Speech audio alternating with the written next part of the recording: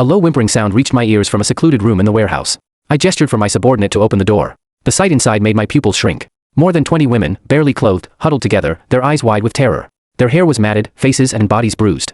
One lay motionless, fresh marks of torture marring her body. Duke's term, handling, echoed in my mind. A shiver crawled down my spine despite the summer air. My name is Asher. My fiancée, Skylar, and I had known each other for over a decade. At 24, after a beautiful engagement, we married. That night, she murmured, "I love you," endlessly. At 25, Skylar went on a trip with friends while I was buried in work. That was my greatest regret. A week after losing contact, I flew to her last known location. The police called, showing surveillance footage of her being dragged into a van. 5 days later, a video from her phone showed her naked, violated, and wounded in a dimly lit room. I burned their faces into my memory, quit my job, and headed to the Borderlands alone. 3 years in the Borderlands, a lawless place of criminals and the destitute. I joined a syndicate under Duke, a crew chief for Sterling, the ruthless syndicate head.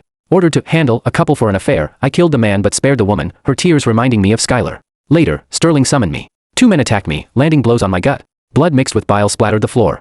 Sterling stopped them, noting the woman I spared was his sister, a test. "You're smart. Different," he said, tossing me a towel. I left, contemplating killing him but holding back. 3 days later, Duke brought whiskey and news. Caleb, head of the trade division, had defected with a shipment. Sterling ordered me to retrieve it and eliminate him. Caleb planned to move the goods that afternoon.